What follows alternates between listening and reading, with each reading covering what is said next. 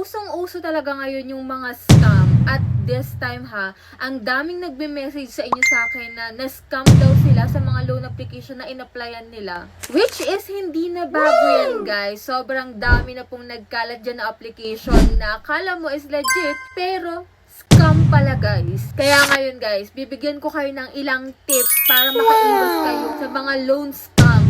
Huwag na tayong makisabay sa mga usong ganyan guys. This time, dapat alam natin kung yung uutangan natin is legit na pautangan. Para at least hindi na tayo magsisipa sa huli, di ba? So dito guys, pakinggan nyo tong ilang sasabihin ko dito guys para makaiwas kayo na mas scam rin. Unang-una guys, sa mga red flag na loan application guys is yung may processing fee. Nako, pinakang red flag yan guys. Kapag una pa lang is nanghingi na ng processing fee sa inyo, may bayad ka agad. Nako, big scam po yan. Kasi guys, yung mga legit na loan providers po talaga, is hindi po yan maniningil sa inyo guys bago kayo makautang. Kasi kung legit yan, magbabayad ka mismo is kapag due date na. Kaya once na nanghingi yan in the first place ng processing fee, nako, malaking big no-no po tayo dyan. Syempre guys, huwag kayong papatol dun sa mga PM me for the loan. Hindi mo pang mag-personal message bago ka makapag-loan, ako, big no rin po yan. Kasi madalas po, yan yung mga loan providers na hindi po naka-registered.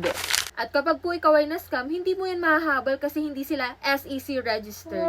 Tandaan nyo guys, kapag kayo uutang sa mga loan application or kahit any loan providers, kapag po walang lisensya at hindi naka-registered, wag na wag nyo pong susubukan.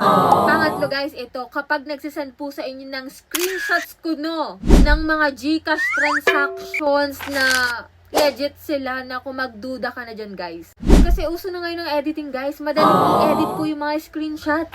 So kung may nagpapadala sa inyo guys ng mga screenshot na katunayan na sila ay legit na ko guys, malamang sa malamang may posibilidad na hindi yan legit at pwede kang ma-scam dyan. At syempre, ito yung pang-apat. Kapag po yung loan application or loan provider ay humihingi ng access ng mga contact list mo, isa rin po yan sa red flag. Kasi once na hindi ka po nakapagbayad o kaya naman na hindi ka nila masingil, nako, ikokontakin nila lahat ng nasa contact list mo o kaya naman ng mga relatives mo dyan at siguraduhin papahiyain ka guys.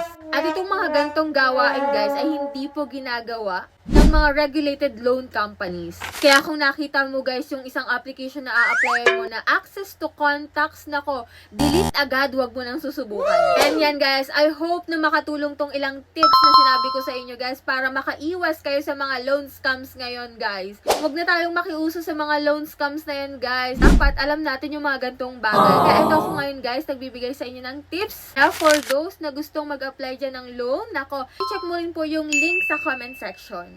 So, always remember guys, kapag po ang isang loan application or isang loan provider ay too good to be true, nako, scam po yan. Kaya stay safe and ingat po lagi. So, see you on my next video guys.